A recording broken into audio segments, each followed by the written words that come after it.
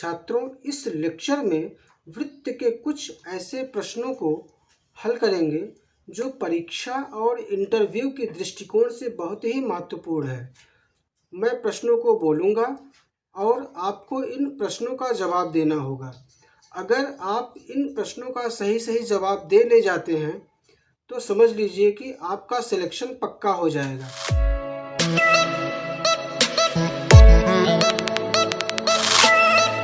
प्रिय छात्र एवं छात्राओं, मैं Manoj Kumar Shrivastava maths wheel channel के इस वीडियो लेक्चर में आपका स्वागत करता हूं और आपके उज्जवल भविष्य की कामना करता हूं। छात्रों, अगर आपने सर्किल के बारे में पहले से पढ़ा है और आप बिना बुक खोले उसको जल्दी से रिवाइज करना चाहते हैं, उस पर जितने टाइप के क्वेश्चन बनते हैं आप उसको जल्दी से रिवाइज करना चाहते हैं, तो ये वीडियो आपके लिए बहुत ही इम्पॉर्टेंट होने वाला है। इस वीडियो लेक्चर से आपके टीजीटी पीजीटी में ऑप्शनल क्वेश्चन पूछे जाते हैं, इंटरव्यू में क्वेश्चन पूछे जाते हैं, इसलिए आप इस वीडियो को इत्मीनान से आखिरी तक देखिए तो आप इंटरव्यू में ज़रूर सफल होंगे। आपके टीजीटी पीजीटी में जो क्वेश्चंस आते हैं उसके क्वेश्चंस को आप बड़े आसानी से जल्दी से सॉल्व कर ले जाएंगे। तो आइए शुरू करते हैं। पहला प्रश्न स्क्रीन पर आपके सामने है। पहला प्रश्न है कि वृत्त यानी सर्किल की परिभाषा बताइए। तो वृत्त की परिभाषा क्या होती है ये आपको बताना है। वृत्त की परिभाषा है कि किसी द्विविमीय क्षेत्र में उस चर बिंदु का बिंदुपथ जिसकी एक स्थिर बिंदु से दूरी सदैव नियत रहती है वृत्त कहलाता है। क्वेश्चन का आंसर स्क्रीन पर आपके सामने लिखा हुआ है, आप इसको इत्मीनान से पढ़ सकते हैं। इसमें आपको बताना ये है कि द्विविमीय क्षेत्र क्या होता है। तो द्विविमीय क्षेत्र हम आपको बता दें कि वह क्षेत्र जिसमें केवल लंबाई और चौड़ाई होती है यानी ऊंचाई नहीं होती, द्विविमीय क्षेत्र कहलाता है। अब हम अगले प्रश्न की ओर बढ़ते हैं। अगला प्रश्न स्क्रीन पर आपके सामने है। अगला प्रश्न कहता है कि वृत्त की उत्केंद्रता यानी एसेंट्रिसिटी कितनी होती है। तो आपको बताना है कि वृत्त की उत्केंद्रता कितनी होती है।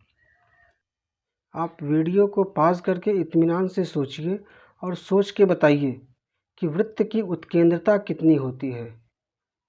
अब हम आपको बताते हैं कि वृत्त की उत्केंद्रता 0 होती है, यानी कि E=0। वृत्त के लिए उत्केंद्रता का मान 0 होता है। उत्केंद्रता को हम E से प्रदर्शित करते हैं। अगला प्रश्न इस चैप्टर का क्वेश्चन नंबर 3 स्क्रीन पर आपके सामने लिखा हुआ है। वृत्त का मानक रूप क्या होता है, यानी वृत्त का स्टैंडर्ड फॉर्म क्या होता है, ये आपको सोच के बताना है। तो हम आपको बताएं कि वृत्त का जो मानक रूप होता है यानी कि वृत्त का स्टैंडर्ड फॉर्म जो होता है वो होता है x² + y² = r²। इसी को कुछ लोग x² + y² = a² के फॉर्म में लिखते हैं। तो आपका ये आंसर भी सही है और ये आंसर भी सही है, क्योंकि जैसे ये वृत्त है, इस वृत्त की त्रिज्या अगर हम r मानते हैं तो आपका ये आंसर सही होगा। लेकिन अगर इस वृत्त की त्रिज्या को r न लेकर के हम a मान लेते हैं तब आपका ये आंसर सही होगा।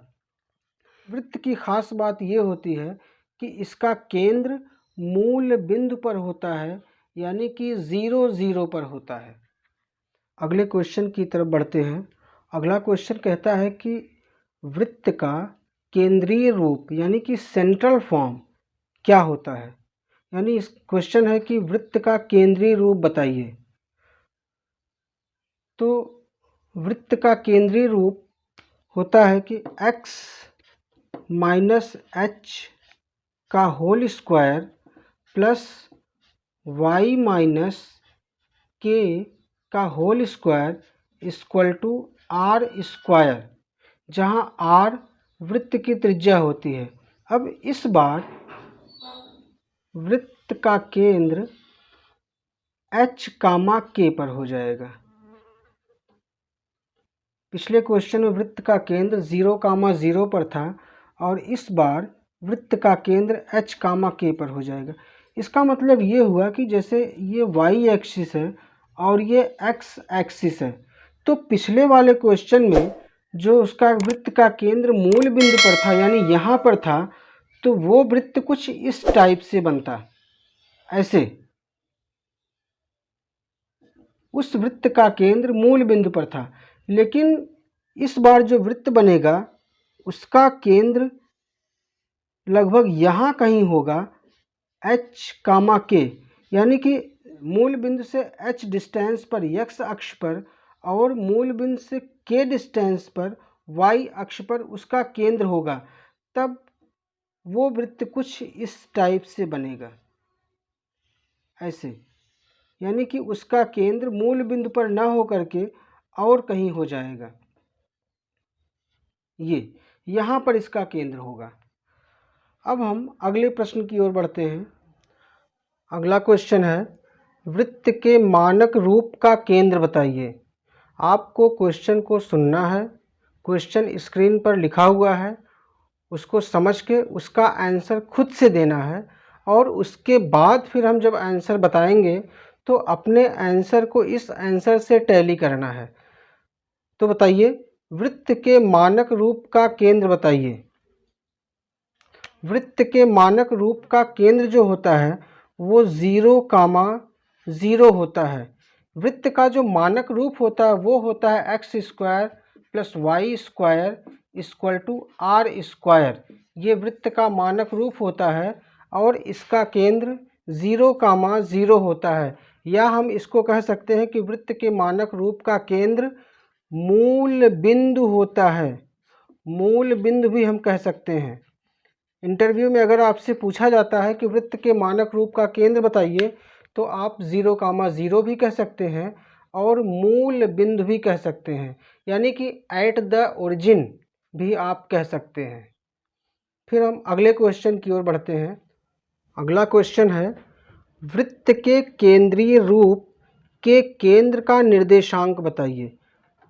तो इसका जवाब होगा h, k।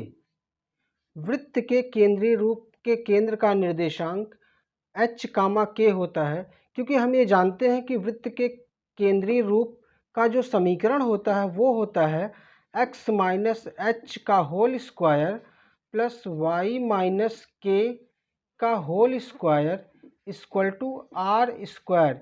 ये वृत्त के केंद्रीय रूप का समीकरण होता है और यहाँ पर h और k, ये जो दोनों पॉइंट लिखे होते हैं, ये जो दोनों अक्षर लिखे होते हैं, यही केंद्र का निर्देशांक होता है। तो वृत्त के केंद्रीय रूप के केंद्र का निर्देशांक h, k होता है। बस आपको केवल यही जवाब देना है, h, k। यदि वो आपसे पूछते हैं कि इस h और k की जगह अगर 0, 0 हो जाता है, तब वृत्त किस रूप का समीकरण बन जाता है। यानी अगर ये कहा जाता है कि वृत्त का केंद्र अगर h, k की जगह 0, 0 पर हो जाता है, तब वृत्त मानक रूप समीकरण धारण कर लेता है। यानी कि अगर हम h और k की जगह 0, 0 रख दें तो ये समीकरण बन जाएगा x माइनस 0 का whole square plus y minus 0 का whole square equal to r square बन जाएगा। यानी यहाँ से हमें मिलेगा x square plus y square equal to r square, और जिसको कि हम लोग जानते हैं कि ये वृत्त का मानक रूप समीकरण होता है।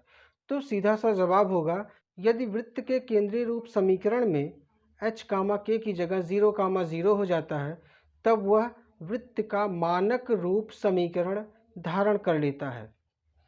अगले क्वेश्चन की ओर हम बढ़ते हैं। अगला क्वेश्चन है, वृत्त के उस रूप का समीकरण बताइए जबकि उसके व्यास के सिरों के निर्देशांक ज्ञात हों।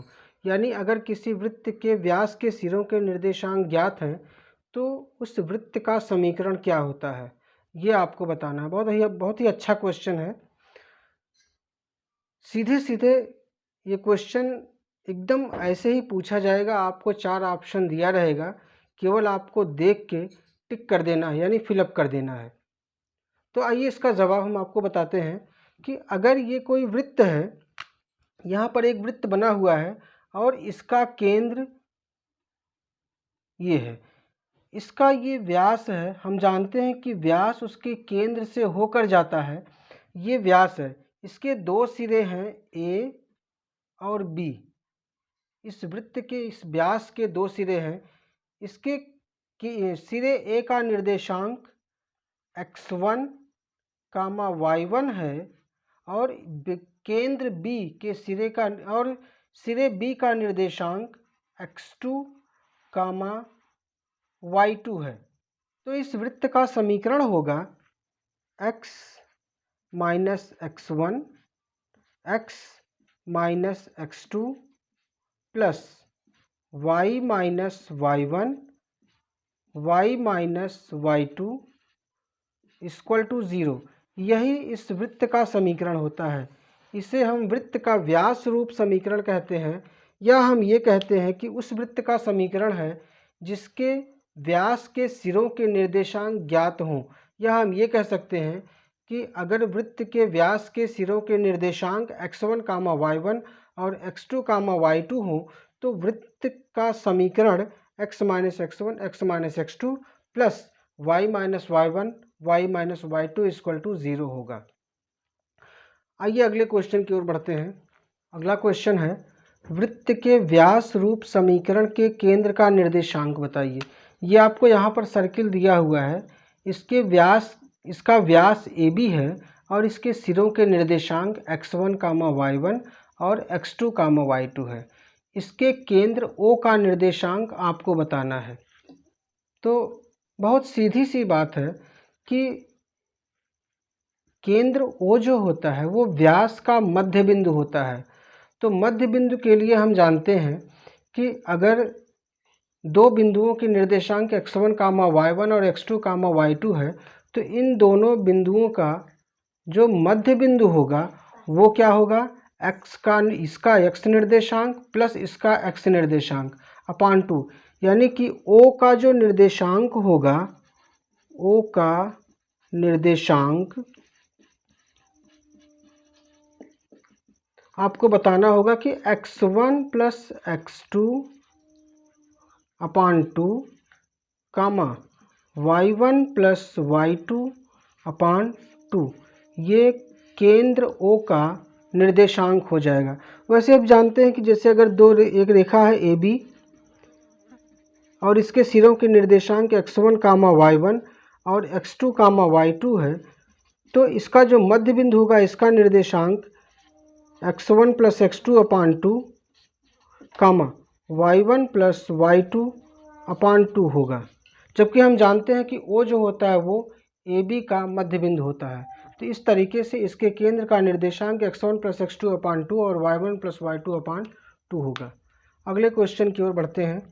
अगला क्वेश्चन है, वृत्त के व्यास रूप समीकरण की त्रिज्या का सूत्र बताइए। ये आपको बताना है कि अगर वृत्त का व्यास रूप समीकरण दिया गया है तो उसके रेडियस को फाइंड करने का फार्मूला क्या होता है, सोच के बताइए। चलिए हम बताते हैं आपको कि अगर वृत्त है, वृत्त का ये व्यास है AB, तो AB का मतलब क्या हुआ, A से B के बीच की दूरी जो होगी इस वृत्त के व्यास की लंबाई होगी। और हम जानते हैं कि वृत्त की जो त्रिज्या होती है वो व्यास की आधी होती है, यानी कि त्रिज्या बराबर व्यास बटे 2 होता है। यानी अगर हम इसका व्यास निकाल दें और उसका आधा कर दें तो हमें त्रिज्या मिल जाएगा। अब व्यास कैसे निकालेंगे, व्यास हम निकालेंगे दूरी के सूत्र से। 2 बिंदुओं A और B के बीच की जो डिस्टेंस होती है, दूरी, 2 बिंदुओं AB और B के बीच की जो दूरी होती है वो क्या होती है, under root x2 minus x1 का whole square plus y2 minus y1 का होल स्क्वायर। यानी अगर दो बिंदुओं के निर्देशांक आपको दिए हैं तो उनके बीच की दूरी ये होती है। तो ये जो दूरी AB होगी, AB ही तो वृत्त का व्यास होगा, यानी वृत्त की जो त्रिज्या होगी वो इस व्यास यानी इसकी आधी हो जाएगी।